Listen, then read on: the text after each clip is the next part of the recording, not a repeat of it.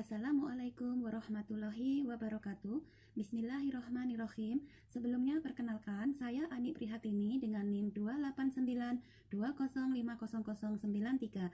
Saya seorang mahasiswi dari Prodi Manajemen Fakultas Ekonomi dan Bisnis Universitas Pancasakti Bekasi.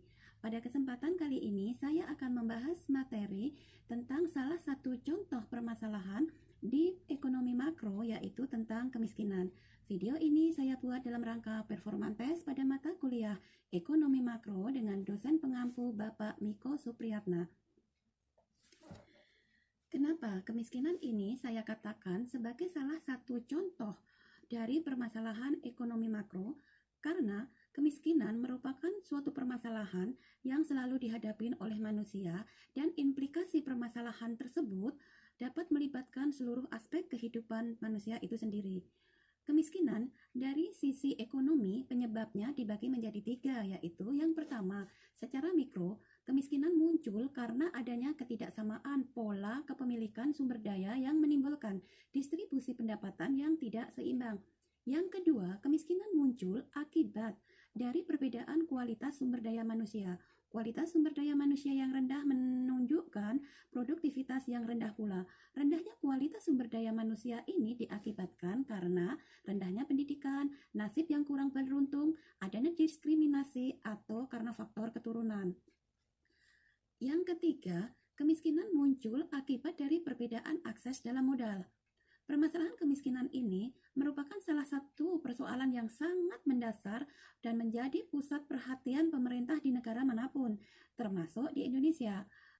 Lalu, apa sih sebenarnya yang dimaksud dengan kemiskinan tersebut?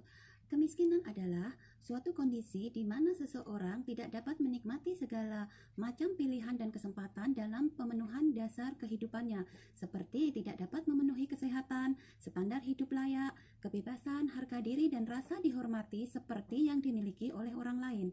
Nah, berbicara tentang kemiskinan di sini memiliki arti yang lebih luas dari sekedar rendahnya tingkat pendapatan atau konsumsi seseorang dari sumber kesejahteraan terukur seperti kebutuhan kalori minimum atau garis kemiskinan.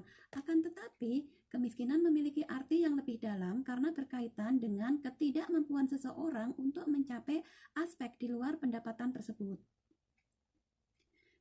Kemiskinan ini bersifat multidimensional, artinya karena kebutuhan manusia itu bermacam-macam, maka kemiskinan ini pun memiliki banyak aspek primer, di antaranya berupa miskin aset, organisasi sosial politik, pengetahuan dan keterampilan, juga aspek sekunder yang berupa miskin akan jaringan sosial, sumber-sumber keuangan dan informasi. Nah, kita berbicara tentang kemiskinan di sini, kita akan mengenal istilah yang namanya lingkaran perangkap kemiskinan.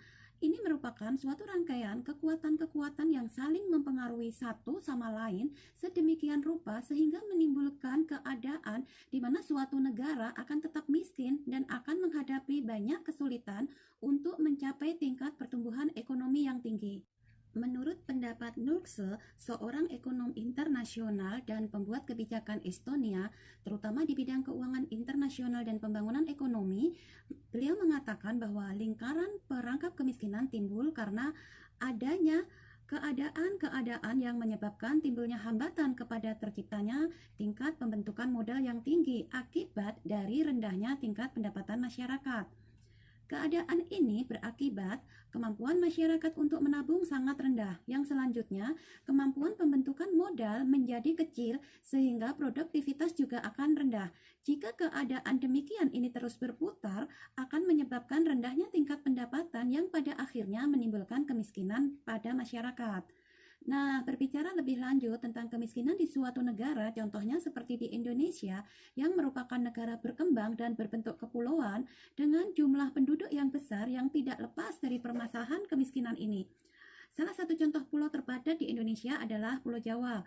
Pulau Jawa dibagi menjadi beberapa provinsi, yaitu daerah khusus Ibu Kota Jakarta, Banten, Jawa Barat, Jawa Tengah, Daerah Istimewa Yogyakarta, dan Jawa Timur. Padatnya jumlah penduduk yang terdapat di suatu daerah dapat berakibat buruk apabila tidak dibarengi dengan kesempatan kerja yang ada, sehingga akan mengakibatkan tingkat pengangguran itu menjadi naik. Yang mana pengangguran ini mengakibatkan penduduk tidak memiliki pendapatan, sehingga akan sulit untuk memenuhi kebutuhan hidupnya. Dan apabila hal ini terus berlanjut, maka akan mengakibatkan tingkat kemiskinan menjadi semakin naik. Selanjutnya, akan saya bahas tentang pengangguran dan pembangunan ekonomi merupakan dua hal yang berhubungan dengan terjadinya kemiskinan di suatu negara. Nah, pembangunan ekonomi adalah suatu usaha meningkatkan taraf hidup masyarakat, memperluas angkatan kerja, dan mengarahkan pendapatan yang merata yang diukur melalui tinggi rendahnya pendapatan real per kapita. Tujuan utama dari usaha-usaha pembangunan ekonomi adalah menciptakan pertumbuhan dan peningkatan sumber daya manusia, di mana secara potensial di Indonesia mempunyai kemampuan sumber daya manusia yang cukup untuk dikembangkan. Menurut saya, penduduk merupakan faktor yang dapat digunakan dalam suatu pembangunan ekonomi karena penduduk yang bertambah dari waktu ke waktu akan memperbesar jumlah tenaga kerja dan menambah jumlah produksi. Namun di sisi lain, akibat buruk dari pertambahan penduduk yang tidak diimbangi dengan kesempatan kerja akan menyebabkan pertumbuhan ekonomi tidak sejalan dengan peningkatan kesejahteraan, sehingga hal ini dapat menimbulkan pengangguran dan meningkatkan kemiskinan. Pengangguran selalu menjadi masalah setiap negara, baik negara maju maupun negara berkembang, tidak terkecuali untuk di negara Indonesia. Karena pengangguran sangat berpotensi menimbulkan penyakit sosial seperti tindak kriminal dan perilaku tidak bermoral lainnya. Pengangguran adalah seseorang yang ingin bekerja tapi belum mendapat pekerjaan dan tidak berperan dalam proses produksi barang ataupun jasa. Menurut saya, pengangguran dapat menyebabkan masyarakat tidak maksimal dalam mencapai kesejahteraan hidup. Pengangguran juga dapat menyebabkan pendapatan pajak pemerintah menurun, sehingga akan menghambat pembangunan ekonomi.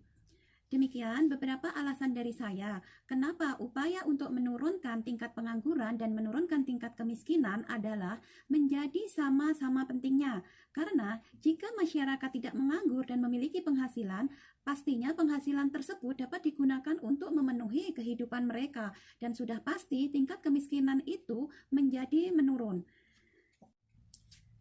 Sekian ulasan dari saya tentang kemiskinan pada permasalahan ekonomi makro.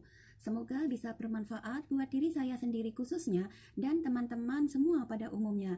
Terima kasih. Wassalamualaikum warahmatullahi wabarakatuh.